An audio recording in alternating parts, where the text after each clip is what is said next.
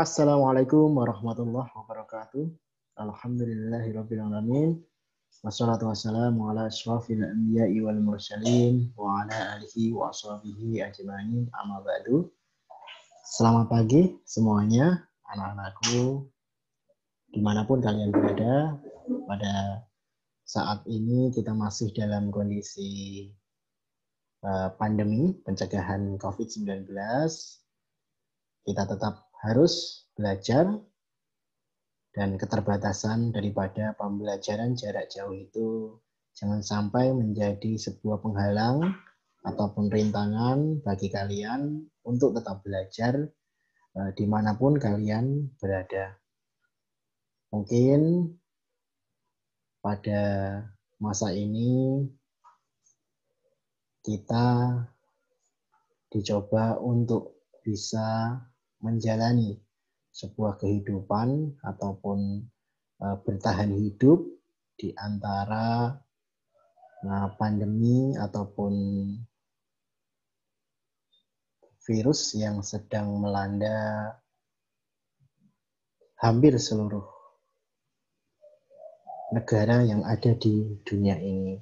Jadi tetap semangat kalian untuk belajar di rumah. Oke, pada saat ini Pak Beni akan menyampaikan sebuah kompetensi dasar, yaitu pada kelas 12 Pendidikan Agama Islam dan Budi Pekerti di SMA ataupun SMK. Oke, langsung saja kita mulai dengan kompetensi dasar berpikir kritis dan demokratis. Ya, oke, kita mulai dari berpikir kritis dulu.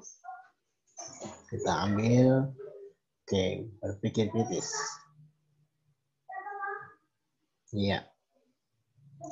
Manfaat berpikir kritis adalah mengambil hikmah dari semua ciptaan Allah Subhanahu wa taala, menjadi arif dalam menghadapi lingkungan yang membuat tidak nyaman, mendorong untuk melakukan penelitian untuk menemukan sains dan teknologi. Jadi masih banyak segala yang ada di muka bumi ini yang belum semuanya terkuak. Jadi tugas kita untuk menguak ataupun mencari jawaban dari pertanyaan-pertanyaan ataupun dari pada sebuah fenomena yang terjadi. Oke, langsung saja. Slide yang kedua.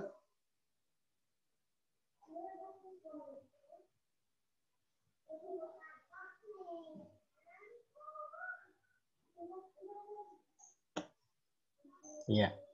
Apakah berpikir kritis? Berpikir kritis adalah kemampuan untuk berpikir jernih dan rasional yang meliputi kemampuan untuk berpikir reflektif dan independen.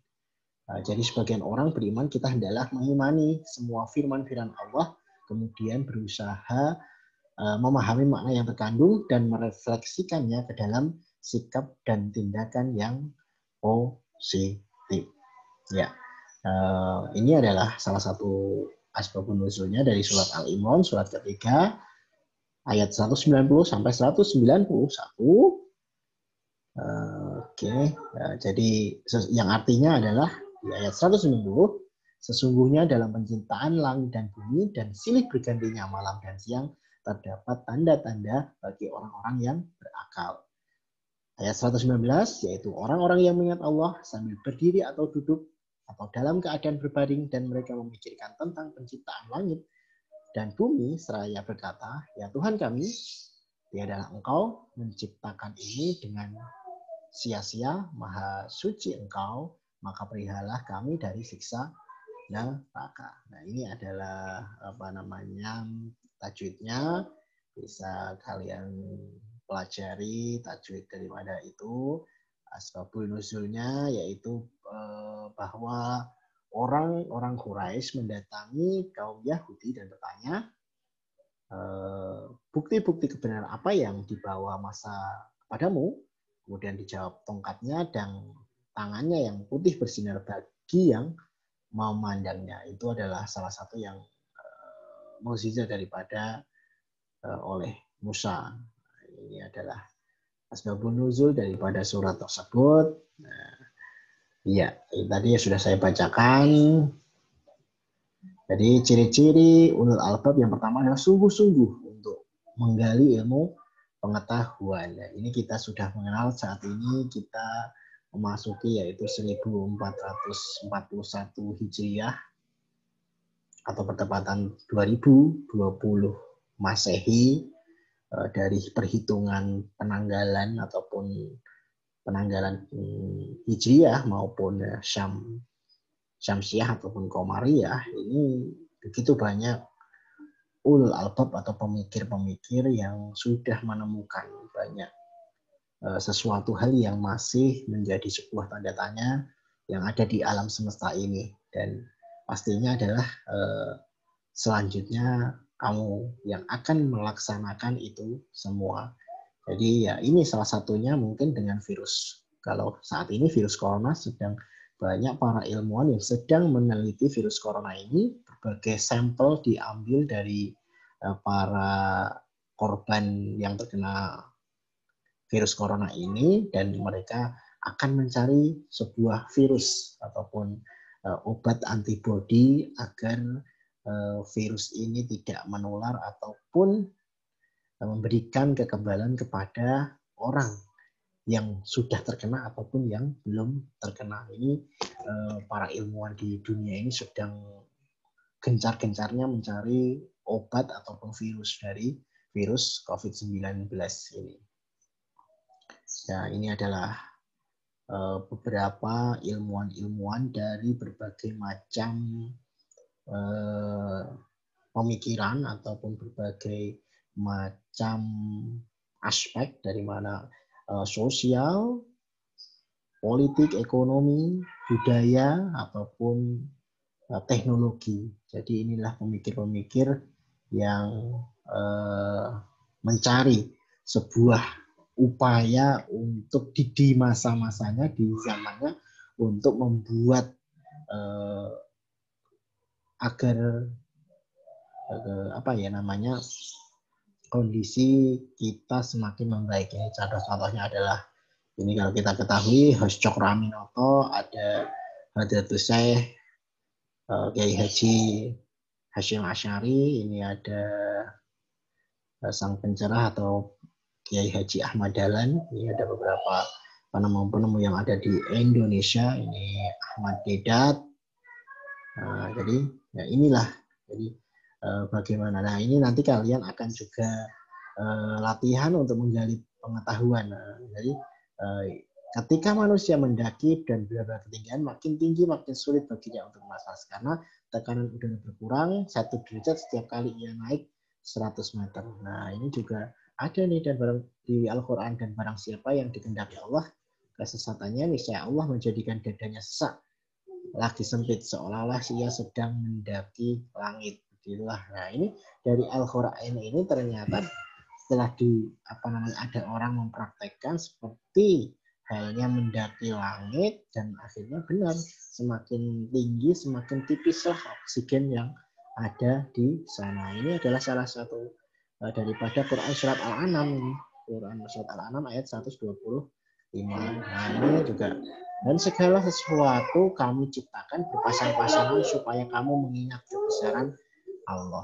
Kata berpasangan dalam Al-Quran bermakna laki-laki dan bahkan atom juga berpasangan, positif dan negatif. Ada proton, ada elektron, ada kekuatan menolak dan kekuatan menarik, berpasangan dalam beragam bentuk. Nah, ini Maha Suci Zat yang telah menciptakan pasangan-pasangan semuanya bagi dari apa yang tumbuh dari langit dan di mereka maupun dari apa yang tidak mereka temui. Nah, ini ada teori Big Bang ya, yang teori yang muncul sekitar 50 tahun yang lalu.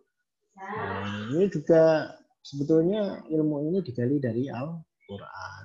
Ini ada juga yang di tahun 1922 ada ilmuwan astronomi Hubble. Langit kami bangun dengan kekuasaan dan sesungguhnya kami pun meluaskannya. Ini justru malah orang yang di luar Islam yang mendapatkan pencerahan ataupun mencari sebuah penguakan rahasia alam semesta ya. Oke. Bentuk bumi ya. Bentuk bumi mungkin dulu juga banyak perdebatan. Bentuk bumi banyak orang dulu mengira adalah bentuk bumi adalah datar dan matahari lah yang mengelilingi bumi. Ternyata matahari adalah sebagai pusat tata surya dan bumilah yang mengelilingi matahari. Cahaya bulan dulu dikira adalah bulan adalah benda yang mengeluarkan cahaya sendiri. Ternyata apa? Setelah ada penemuan, ternyata bulan mengeluarkan cahaya itu hanya dari pantulan dari matahari saja. Nah, ini 14 tahun yang lalu di dalam surat Al-Quran sudah dituliskan Maha Suci Allah yang menjadikan di langit gugusan-gugusan bintang dan dia menjadikannya juga padanya matahari Syamsirat yang bercahaya dan bulan yang bercahaya. Komar, nur dari refleksi. Jadi komar ataupun bulan itu adalah refleksi daripada bumi. Ya, rotasi bumi. Nah, ini kita juga harus bisa menjelaskan bagaimana proses rotasi bumi sehingga terjadinya siang dan malam. Ya, waktu ini ada rotasi, ada revolusi, ada rotasi. Rotasi adalah bumi berputar pada porosnya. Kalau revolusi adalah bumi berputar mengelilingi matahari kurang lebih 365 dan kita mungkin mengetahui adanya bulan yang Februari setiap 4 tahun sekali yang Februari itu sampai harinya tanggal 29 hari itu kena tahun Hisab karena di yang seperempat tadi disatukan jadi satu. Bermula dari 365 seperempat hari.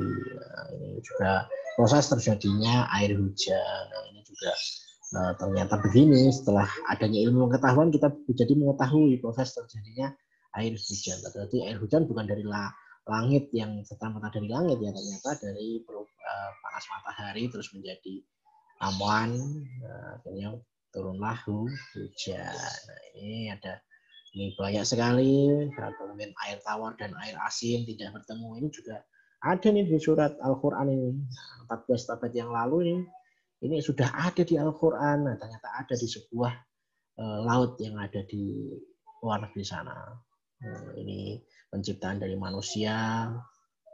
Ini tumbuhan, ada hewan. Ini sudah banyak sekali. Al-Quran telah menjawab semua itu dan tinggal bagi manusia pada zamannya mengembangkan atau mencari tahu sebuah jawaban itu dari Al-Quran. Ya sudah, oke. Jadi dulu tiada, kini ada. Jadi nanti kita sebagai umat Islam khususnya kita tidak boleh tertinggal jauh dari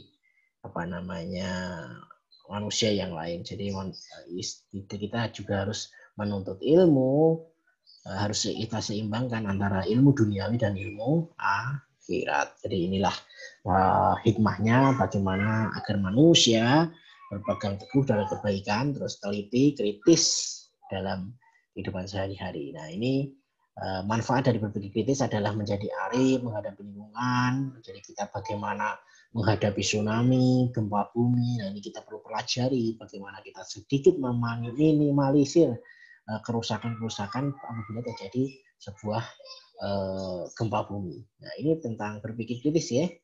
Oke, kita coba lagi. Kita akan membahas tentang yang lanjutnya adalah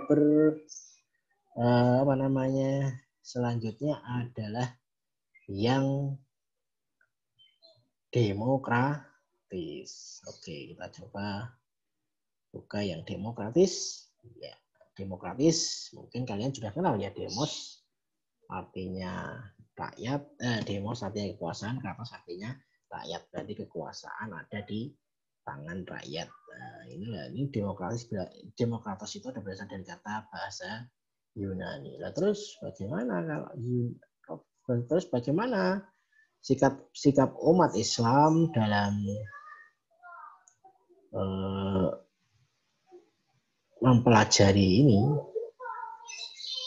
mempelajari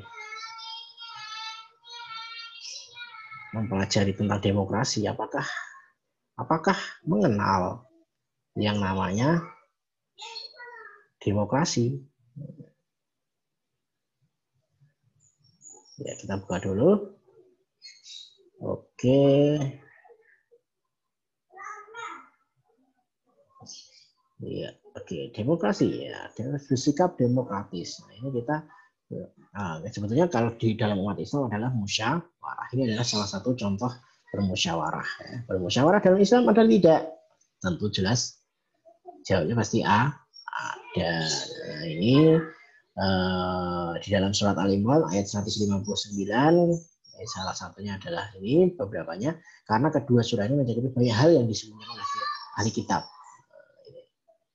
Nah, ini ya asbabul nuzulnya ini adalah salah satunya adalah strategi Rasulullah pada perang Uhud, sahabat-sahabat Rasulullah agar untuk tidak turun gunung sebelum kemenangan tiba, tetapi karena beberapa dari mereka sudah merasa menang dan ingin ada hawa nafsu untuk menguasai harta daripada musuh, ternyata itu semua berpengaruh atau berdampak sangat buruk bagi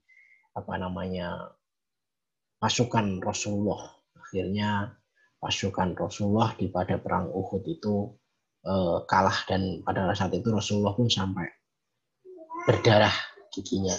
Nah ini, jadi dari sini dari surat Al-Imran ayat 159, maka disebabkan rahmat dari Allah SWT kamu berlaku lemah lembut terhadap mereka, sekiranya kamu bersikap lemah lagi berhati kasar, tentulah mereka menjauhkan diri dari sekelilingmu. Karena itu maka maafkanlah, mohonkan ampun pada mereka dan bermusyawarahlah dengan mereka dalam urusan itu. Kemudian apabila kamu telah membulatkan tekad maka bertakwalah. Nah, ini bagaimana pentingnya bermusyawarah untuk membulatkan tekad. Ya, ini tajwidnya ya, nanti bisa belajar sendiri. Kandungan ayatnya dalam musyawarah adalah perundingan antar pribadi atau golongan mengenai suatu masalah atau beberapa masalah dengan maksud untuk mengambil keputusan dan kesempatan bersama. Nah, ini dalam hadisnya juga ada, saya tidak pernah melihat seseorang yang paling banyak bermusyawarah dengan para sahabatnya dibanding Rasulullah Shallallahu Alaihi Wasallam. Hadis riwayat Tirmidzi. Prinsip-prinsip musyawarah: melandasi musyawarah dengan hati yang bersih, tidak kasar, tidak dominan, menghormati pendapat orang lain, berlapang dada, dan sepakati hasil daripada musyawarah. Ini kamu bisa musyawarahkan ini tentang tema-tema kesehatan penggunaan HP bagi pelajar di sekolah. Ini ada beberapa sekolah yang langsung mempunyai peraturan ya. Nah, itu pasti peraturannya itu misalnya boleh, itu juga pasti ada aturannya. Tidak boleh, pasti itu ada alasan-alasannya. Hukum potong tangan bagi koruptor. Nah, ini kamu juga bisa diskusikan dengan teman-teman kamu, ini layak nggak sih seperti ini? Poligami, menikah lebih daripada satu, program KB, pembatasan anak, ini menurut kalian bagaimana hukumnya? Silahkan cari rujukan-rujukan dari mana, dari Google atau dari buku-buku yang bisa kita jadikan referensi. Nah, ini ada kandungan ayatnya. Nah, udah itulah. Jadi pentingnya musyawarah bagi kita semua. Kita diajarkan untuk bermusyawarah, walaupun memang saat ini kita banyak sekali mengenal tentang musyawarah, tapi pada akhirnya misalkan saya contohkan di dalam gedung dewan itu ya, gedung dewan itu dalam menentukan undang-undang, dalam menentukan kebijakan, dalam menentukan pengawasan itu kadang berbeda pendapat dari mereka. Wakil rakyat itu yang menjadi wakil rakyat, karena demokrasi itu kan adalah dari rakyat, oleh rakyat, untuk rakyat, dan akhirnya kita karena begitu banyaknya penduduk di Indonesia, kurang lebih 250 juta sampai 300 juta penduduk, dan tak mungkin menyatukan dalam satu tempat. Nah, akhirnya dibentuklah sebuah perwakilan atau konstituen yang ada, yang duduk di sana. Saat ini kurang lebih dari 590 anggota dewan yang duduk di Dewan Perwakilan Rakyat. Ada DPR tingkat pusat, DPR tingkat provinsi, dan ada tingkat daerah di kabupaten, dan ada juga Dewan Perwakilan daerah. Itu semua adalah orang-orang yang mewakili kita, yang dibentuk lewat pemilihan umum. Jadi dalam mereka membuat keputusan, memang kita juga bertanya-tanya. Banyak di antara mereka yang melaksanakan keputusan ataupun membuat keputusan itu berdasarkan voting, suara terbanyak, karena tidak terjadinya kemufakatan. Jadi musyawarah itu kan untuk mencapai sebuah mufakat, tetapi banyak terjadi di sana karena kepentingan yang luar biasa. Ya sebetulnya mungkin juga mengatasnamakan kepentingan rakyat, tetapi kita karena begitu banyaknya, ya ini makanya benar-benar di dalam proses bernegara kita saat ini, pilihlah wakil rakyat yang benar-benar mewakili aspirasi rakyat, yang benar-benar mendukung ataupun membela kepentingan rakyat, tidak hanya membela kepentingan dirinya pribadi. Ini memang sebuah sangat kompleks gitu. Jadi kita kalau belajar tentang demokrasi di Indonesia, itu memang demokrasinya memang berubah-ubah. Pengetahuan Pak Beni, dulu itu ada yang namanya demokrasi terpimpin atau demokrasi liberal dan demokrasi berdasarkan Pancasila. Dan ya menurut saya negara Indonesia sedang negara yang berkembang, atau negara yang sedang berkembang, atau istilahnya negara yang sedang mencari sebuah jati diri, karena memang tidak semua negara ataupun negara yang mungkin langsung bisa dijadikan rujukan ataupun kiblat yang benar itu memang tidak sepenuhnya ada. Semuanya negara yang berbentuk kerajaan, kekaisaran, republik, dan apa itu memang banyak sekali. Kesultanan itu memang banyak sekali ada kurang lebihnya, jadi tidak semuanya baik. Ya. Itu intinya tinggal bagaimana sistem atau manusia yang ada di negara itu membuat sistem yang baik di negaranya agar ya rakyatnya dan semuanya makmur, sejahtera, damai, dan adil. Nah, itulah yang tetap kita harus cita-citakan bersama. Kita menjadi orang yang akan meneruskan estafet pembangunan dan mengisi kemerdekaan Republik Indonesia. Ya, itu saja dari Pak Beni. Tetap belajar. Mohon maaf ada kekurangan. Tetap semangat dalam belajar. Terima kasih atas atensinya, dan tetap selalu semangat. Mudah-mudahan kita segera keluar dari pandemi ini. Terima kasih. Wassalamualaikum warahmatullahi wabarakatuh.